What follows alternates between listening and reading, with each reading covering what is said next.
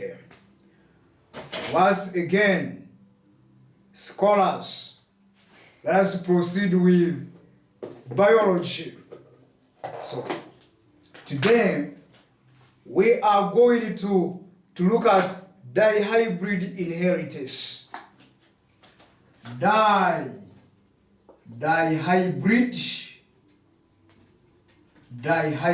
inheritance. Dihybrid inheritance. Dihybrid inheritance. This is a very important concern to biology scholars because monohybrid inheritance is quite simpler, but now when it comes to A level, we send a match on dihybrid inheritance. So briefly, dihybrid inheritance is the transmission of two pairs of contrasting characters at a goal. Whereas in monohybrid inheritance, we looked at transmission of a single pair of contrasting expressions of a character. In dihybrid inheritance, we look at transmission of two pairs of contrasting expressions of a character, meaning that those are four contrasting characters being transmitted at a time. So I can simply write briefly here that is the transmission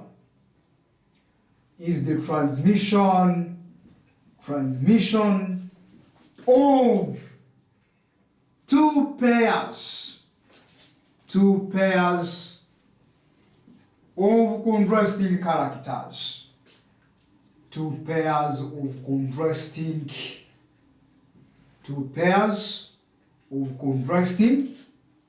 characteristics. Two pairs of contrasting characteristics. E.g. tall red, e.g. tall red and short white, e.g. tall red and short white.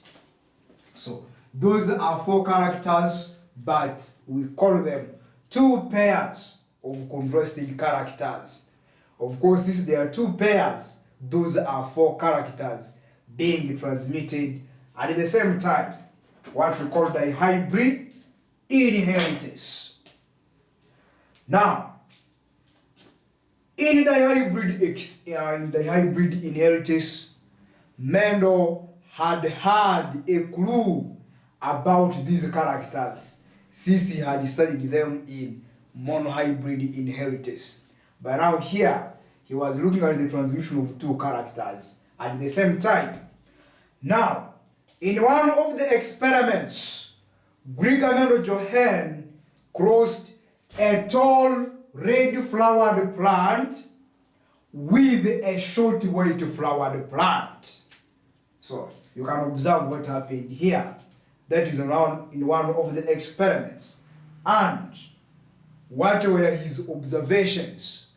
So what happened is that in the F1 generation, all the plants produced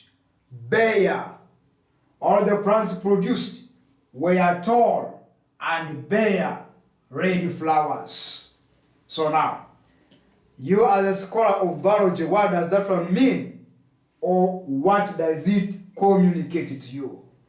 That the tall character and red character were dominant characters. So tall character was dominant over short character.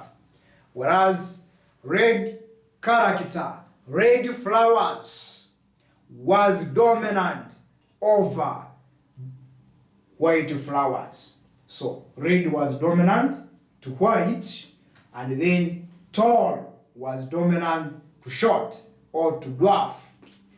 Now, on self-think, the F1 individuals, or on self-pollinating the individuals of the F1 generation, what happened is that Mendel was able to obtain plants in 4 characteristics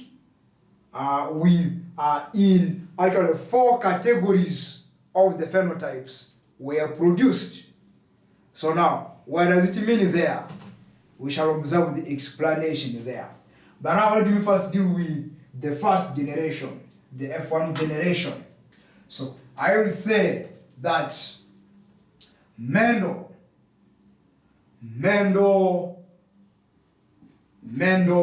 crossed a tall red flowered plant,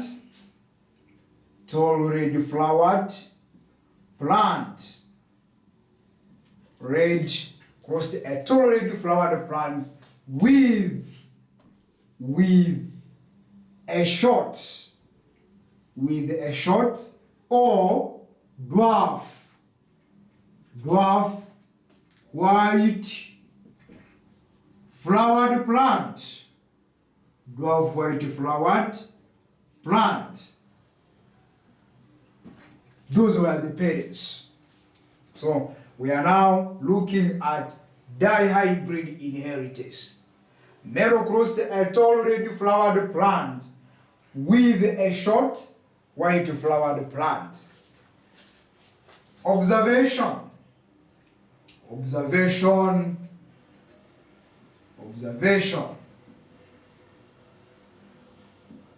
All the F1 plants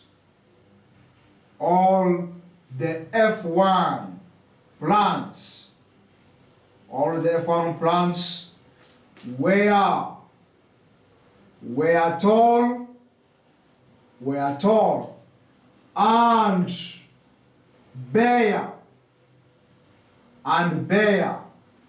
red flowers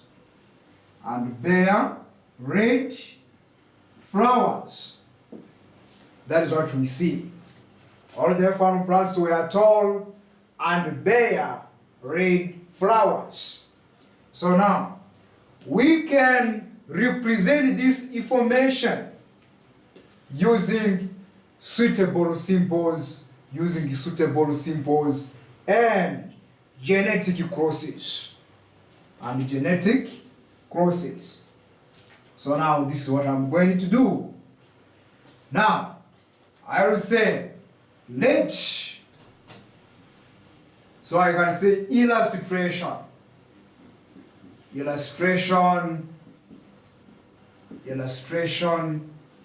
same. Let capital T represent the allele. The allele for tallness. In brackets, dominant. In fact, it is the dominant allele. Then you can also say, I will use separators to minimize space. But also, let small t represent the allele. Represent the allele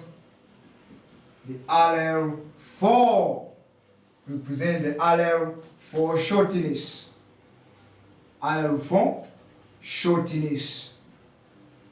That is recessive. Also, let capital R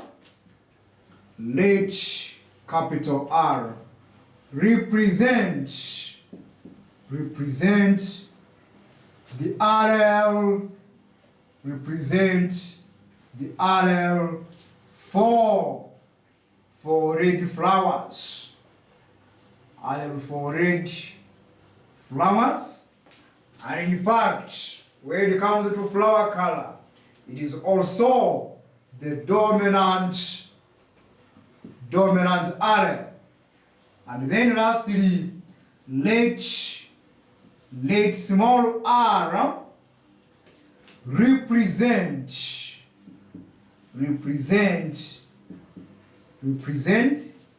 allele, represent the allele for white flowers.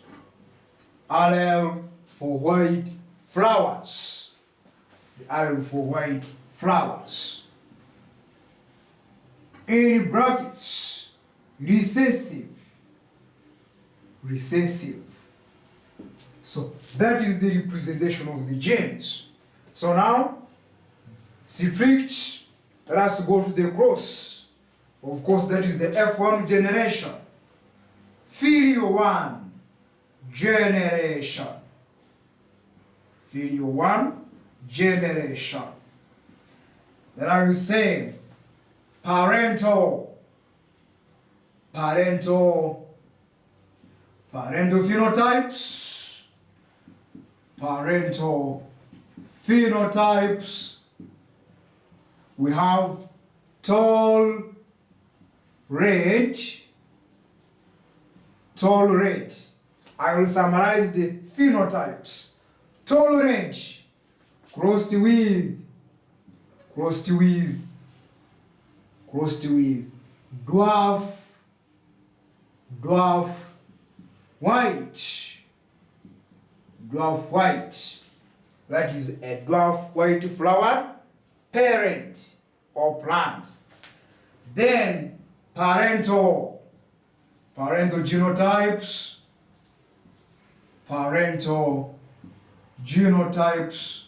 Of course, the parents are diploid. These parents, we have seen that they were homozygous, since all the plants in the F1 generation were tall and could bear red flowers. So this one is homozygous for tallness and homozygous for red flower. TT, capital RR. Those are two genes crossed with dwarf white, that is small tt, double recessive, and small r. That is where we are. So now what happens is that independent segregation of the genes followed by independent assortment occurs. If you can recall the possible causes of genetic variation: segregation of the genes followed by independent assortment, rearrangement of alleles to form new allele combinations. So these genes will segregate as follows. Now, how do you do this? Now, the second law of Mendel's second law of inheritance, what we call the law of independent assortment, works here or is applied. That each member of a pair of alleles can combine randomly with either allele of another pair, or each member of alleles of a gene pair can combine randomly with either allele of another gene pair.